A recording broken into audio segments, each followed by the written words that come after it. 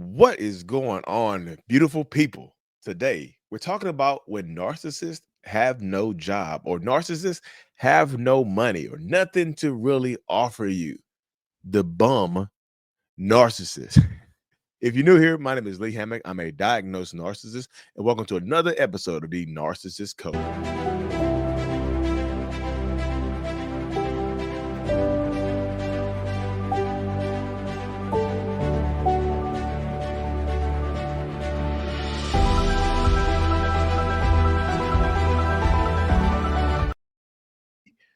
I'm back. Boom. Yes, y'all, the bum broke narcissistic person. Before we hop deep into today's episode, y'all, if you don't know, check out my website, mentalhealness.net, for coaching, courses, one-on-ones, my support group. Everything is available at mentalhealness.net. Yes. But yeah, y'all, narcissistic people, the toxicity, the brokenness, the nothing to offer you narcissists. Those do exist, right? I know we hear a lot about narcissists with money, right? There are a lot of narcissists who have access to money and power and things like that. Actually, today wrote on Threads that money is not the root of all evil. It's actually power. And I'm gonna do another video on that. But power, the pursuit of power, makes people evil or just makes people cave and change their beliefs and change their power dynamic and their power structures and whatnot, right? But this is what happens. This is what happens to narcissistic people. This is how narcissists, handle themselves, what they do.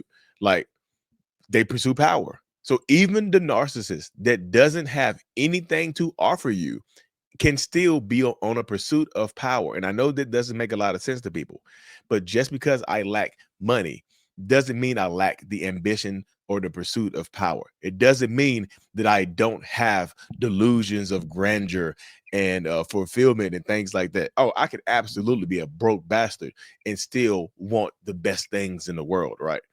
And this is what happens. But Lee, I'm lost. I'm lost. Where's the line? Shout out to A Bug's Life. Um, but Lee, I'm lost. How the hell does a narcissist with nothing to offer you control you? How do they pursue power with no skrilla, with no money? Tell me, Lee, tell me now. Okay. Calm down. Calm down. I'm right here. I'm here with you. But seriously, a lot of times that type of person right there, y'all, will weaponize what they have. They use what they have. I think that everybody can agree with this, that narcissists are resourceful. Money or not, they are resourceful, and they will find ways to control you. One way that they control you, one way that they mess with you, is they weaponize your own empathy against you.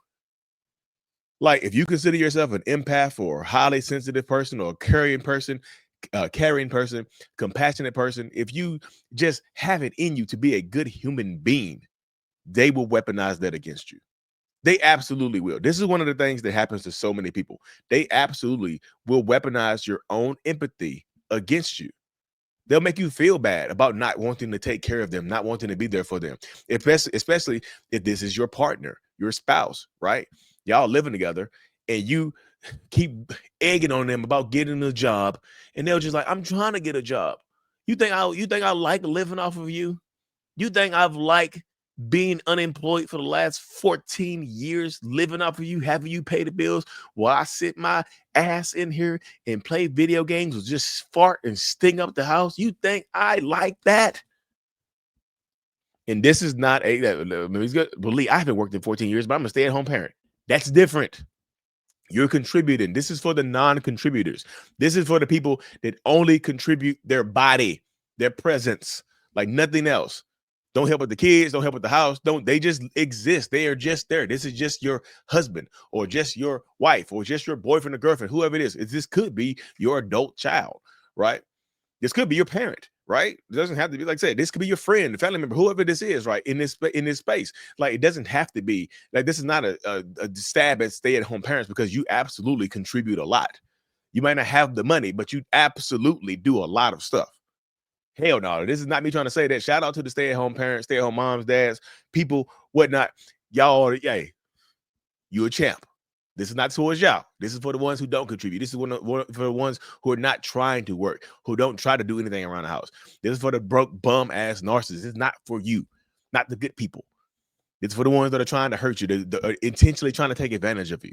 Because that's what narcissistic people do. They take advantage of you. They see how nice you are, and they make you feel bad for not wanting to work 2 jobs and take care of the house and the kids. While I sit my lazy, stinking ass down here, pretend to be on Indeed.com and apply for CEO positions with a GED. With not even a GED. I dropped out in 10th and a half grade. Like on like 10th and a half grade. Like, what the hell does that mean? Like I was a sophomore. We went on Christmas break and I just never went back. Hey, that's what happened. That's my story. I'm sticking to it, right? But that's how they go. They weaponize your empathy against you. They make you feel bad for not wanting to take care of their adult asses. Well, you gonna make me get a job? Wow, you making me feel really bad about myself right now, right? You making me feel really, really bad about myself. Who cares? I haven't worked since our kids were born. Yeah, I've never went to a doctor's appointment. Yeah, I never changed a diaper. Yeah, I've never made dinner. Yeah, I never cleaned up. Yeah, I never worked. But so what? I'm here, aren't I? They've been sitting on the couch so long, they got their butt imprints on the couch. That's how long they've been sitting there not doing anything, not contributing. That's how long they've been there, not contributing, sitting they stinking asses in your house. Just, yeah, it would be, and you understand that you get to this space with like, damn, it'd be easier for me to just be by my damn self, wouldn't it? That's how it goes. That's one way that they will control you. They use your own empathy against you. Guess what another way is, y'all? They use their body. They only offer you their body. When you start complaining about how they're not contributing, how they have no money, you might even call them a bum. Guess what happens? I'm a bum. You weren't calling me a bum last night when I was clapping them cheeks. You're calling me daddy, wasn't you? Weren't you? I wasn't a bum then. I'm not gonna be a bum right now. Am I a bum now? Am I a bum now? You see what I'm saying? I'm sorry, yeah. But this is what I'm sorry, but y'all know that's how it is. They use their body as a damn near as a currency, right? In your household. Like, this is not against, I keep feel like I keep had to preface this. This is not against the SMEX workers out there, right? This is not against y'all. This is against the people who are in the house, not doing anything, not contributing, just existing and manipulating people in the house. And this is how they do it. Again, they prey on your empathy, but they also use their bodies to control you. They weaponize their sexuality. They weaponize the bedroom. They weaponize their bodies. They weaponize affection. They they give you a lot and they take it away. They're refusing to be with you. They're refusing to sleep with you. Or they just do it here and there. You know what I'm saying? They do it a lot to control you. They weaponize their bodies against you, and you just get so smitten with them cheeks. You're like, oh goodness, I don't know where I'm coming and going. Oh goodness, I'm just wait. They haven't helped around the house in forever. They haven't contributed. They haven't worked in forever. Oh, let me snap out of this hip. I'm hypnotized by the cheek clapping. Let me snap out of it. You know what I'm saying? They will absolutely use their bodies to try to control you, to try to weaponize you as a form of currency within the house. You weren't seeing it last night, was you? When I had my leg to the ceiling like a cheerleader, like I was a professional dancer. Had my leg up here, held my leg. You remember I held my leg back here like this? I still was able to tiptoe towards you. I still hop towards you like that. You see what I'm saying? But that's what they do. They will use their bodies against you. They will weaponize their bodies against you. This is what narcissistic people do, right? This is part of it. This is part of like the paradigm of toxic relationship dynamics, isn't it? Like, this is where it goes. This is how they do. This is this is what goes on right here. But I'll also say this about narcissistic people. Another way that they absolutely will control you, like I said, and not control you, but they don't always come into the relationships as bums, right? Sometimes they do. Sometimes they come into the relationship as a bum. You know it. Like, they're not bums at the moment. They might have actually fallen on hard times, right? They might actually be in between houses. They might actually have just gotten evicted, and y'all, they come to your house and they just like they end up never leaving, right? They spend the night at your house one night and they just end up never leaving. Like, hey, when you going home? Oh, I thought I was already at home. And that's how they get you, right? They take advantage of you and they just refuse to leave. And you, again, your empathy is so high that you don't kick them out. Or you could be, you You don't want to fall into the space where you're just a gullible person and they just take advantage of you being gullible, or you being afraid to say no, or you being afraid to set a boundary. You know what I'm saying? Because that's when they really get you. Because if you're afraid to set boundaries and say no, they'll just run over top of you forever. They'll just keep using and abusing you forever until you put a stop to it, or somebody else just forces it to end. Right? That's also a possibility as well. So, like I said, they don't always come into the relationship as a bum without having anything. Sometimes they might actually be independently successful. They might have a job, a car, a house, or whatever the situation may be. They might have that when y'all first get together, and then they lose it. Like something happens, something occurs, and then they lose access to their job. They lose access to their cars or whatever. They get fired, and they just never go back. Like they do fall on hard times while y'all are together, and they just never stand back up from those hard times, right? They fall down, and um they fall down. They never try to get back up. They take advantage of you, right? That y'all move in together, right? And this is how they will do it as well. Y'all will move in together, or they'll move in with you. Y'all, let's say y'all are kind of like semi long distance, or you might be long distance. They'll move in with you, quit their job, move in with you, and then refuse. Then just don't get a job. Then they just don't, or they have a job and they just don't pay bills. They don't help you out at all, and they'll tell you straight up, just like, look, you were paying all your bills. You were paying all your bills before I got here. What's the big deal now? Right? You were paying everything before I got here. Why does that need to change right now? What changes because I live here? If I wasn't here, how would you pay your bills? You're already paying the bills. So why do I need to be here for you to pay your bills right now? You see how you see that mentality right there? That's the mentality that a lot of narcissistic people will have. Like a lot of the bum-ish. They're not always going to be bums, but bum-ish narcissists will have. They'll just put it onto you that you keep taking care of your own lifestyle because you were doing it initially, right? You were doing it initially, and they just take advantage of you. And this goes for most narcissists with money. They'll try to treat your money like it's theirs, and they just refuse to work. Again, they will refuse to try to contribute. They refuse to take care of anything and everything around the house. This is not the same as a person who's staying at home willfully to take care of the house or to take care of the children. This is not the same. So please don't think I'm dissing y'all. My wife is a stay-at-home mom. She's willingly a stay-at-home parent. So I'm not taking shots at somebody that I love. You see what I'm saying? Why would I do that? That's crazy. So I'm not taking shots at y'all. It's at y'all that do the exact same thing that she does. You know what I mean? It's tough. It's hard as hell to do that. You know, your sacrifice is appreciated for me, at least. You know what I mean? Your partner might not do it, but I appreciate it.